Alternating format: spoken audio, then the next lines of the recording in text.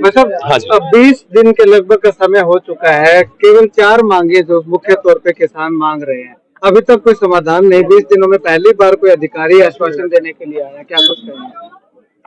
देखिए, बड़ी शर्म की बात है, गर्मी इतनी ज्यादा है, उसके बावजूद भी यहाँ चोपता की तहसील में पिछले 18 दिन से किसान अनिश्चितकालीन धरने पर हैं।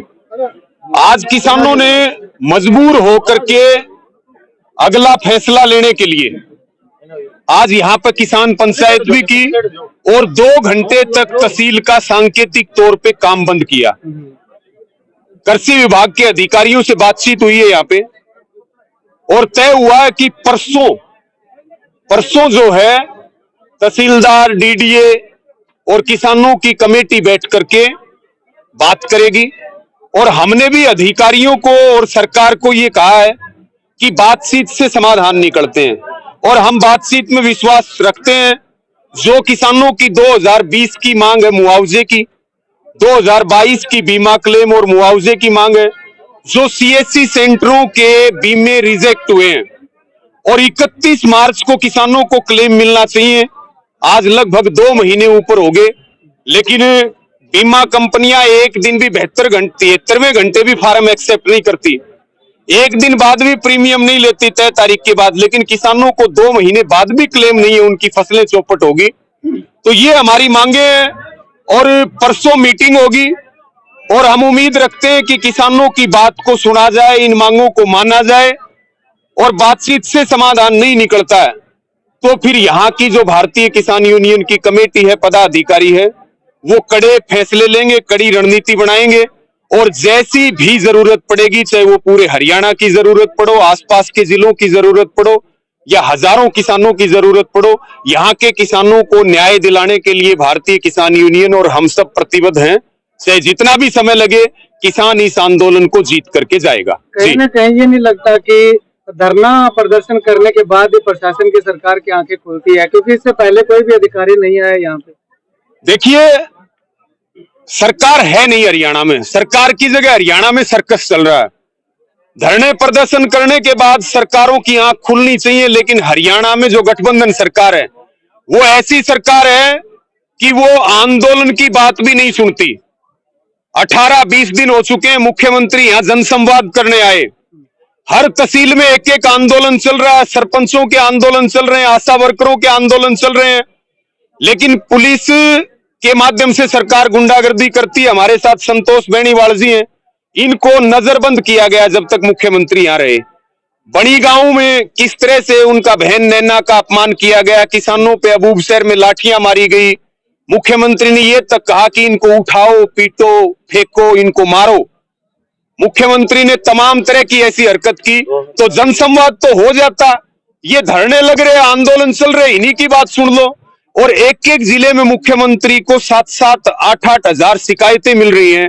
हरियाणा में 22 जिले हैं, दूसरी टर्म की सरकार है, 9 साल पूरा होने को है, तो फिर कहां सरकार है, कहां प्रशासन है? कितने सारे आंदोलन, कितने सारे धरने हरियाणा के अलग अलग जिलों में चल रहे हैं, महीनों से चल रहे हैं, 8-8, 10-10 महीने से चल रहे हैं, लेकिन सरकार बात नहीं सुन रही है। जी, तो क्या लगता है अभी 2 दिन बाद जो मीटिंग है तो उसमें समाधान होने की कितनी संभावना आपको दिखाई देती है? देखिए, समाधान किसान जीत के जाएगा, किसान अपना हक लेकर के जाएगा। प्रशासन और सरकार जितना जल्दी होगा किसान की बात को मानेंगे उतना ठीक रहेगा। नहीं तो किसान अगर गर्मी में है तो ये बात आज हमने इनको बिल्कुल खुले तौर पे कही है कि कड़ा फैसला हमारा ये भी हो सकता है। हम नहीं चाहते जनता को दिक्कत हो, लेकिन ये जो तहसील कार्यालय है चोपता का, इसको भी परमानेंट ताला मार दिया जाएगा अगर हमारी बात को नहीं सुना गया तो। जी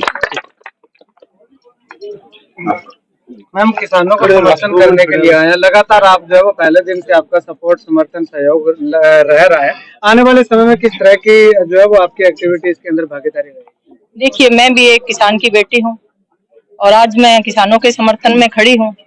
तो क्योंकि मैं स्टार्टिंग से लेके आज तक मैं किसानी जो हमारा रुतबा रहा है कि मेरे को हर समस्या का पता है कि किसान कितना परेशान होके खेतों में जैसे भी है कोई भी बुआई करते हैं तो किस तरह, क्यों कि मैंने मेरे पिता को भी देखा है और आगे जो मेरे जेठ हैं, ससुर है, उनको भी मैं देख रही हूँ।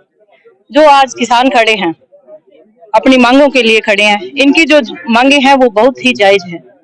आज सरकार है, हर वर्ग 8 साल हो गए इस सरकार से इतना परेशान हो चुका है, चाहे स्टार्टिंग से लेके आज तक, क्योंकि किसान विरोधी सरकार रही है।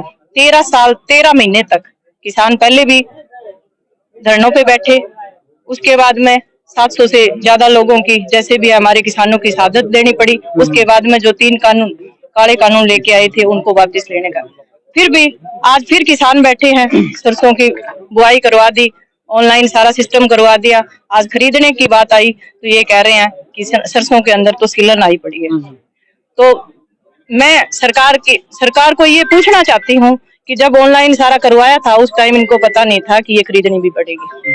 आज जो किसान है बीमा क्लेम की बात करते हैं, तो जो भी बीमा क्लेम 2022 का था वो भी अभी तक जारी नहीं किया।